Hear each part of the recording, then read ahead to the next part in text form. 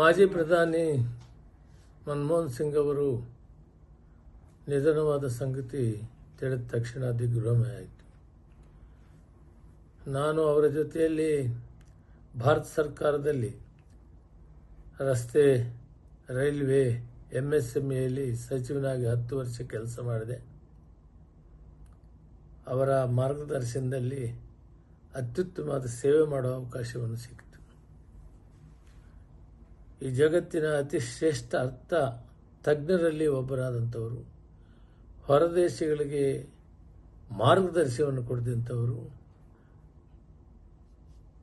1991ರಲ್ಲಿ ನಾನು ಮೊದಲು ಲೋಕಸಭೆಗೆ ಆಯ್ಕೆಯಾದಾಗ,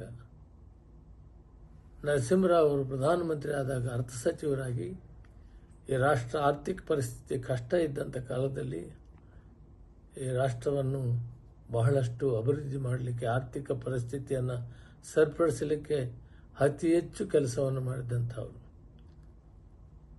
ಅದರ ಮುಖಾಂತರ ಅವರು ಪ್ರಧಾನಮಂತ್ರಿ ಆದ ಮೇಲೆ ಈ ರಾಷ್ಟ್ರದಲ್ಲಿ ಸಮಗ್ರ ಅಭಿವೃದ್ಧಿಗೆ, ಆರ್ಥಿಕ ಸ್ಥಿತಿಯಲ್ಲಿ ಜಗತ್ತಿನ ಬೇರೆ ರಾಷ್ಟ್ರಗಳ ಜೊತೆಗೆ ಹೋಲಿಕೆ ಮಾಡಿದರೆ ಬಹಳಷ್ಟು ಅತ್ಯುತ್ತಮ ಮಟ್ಟಕ್ಕೆ ತಂದರು.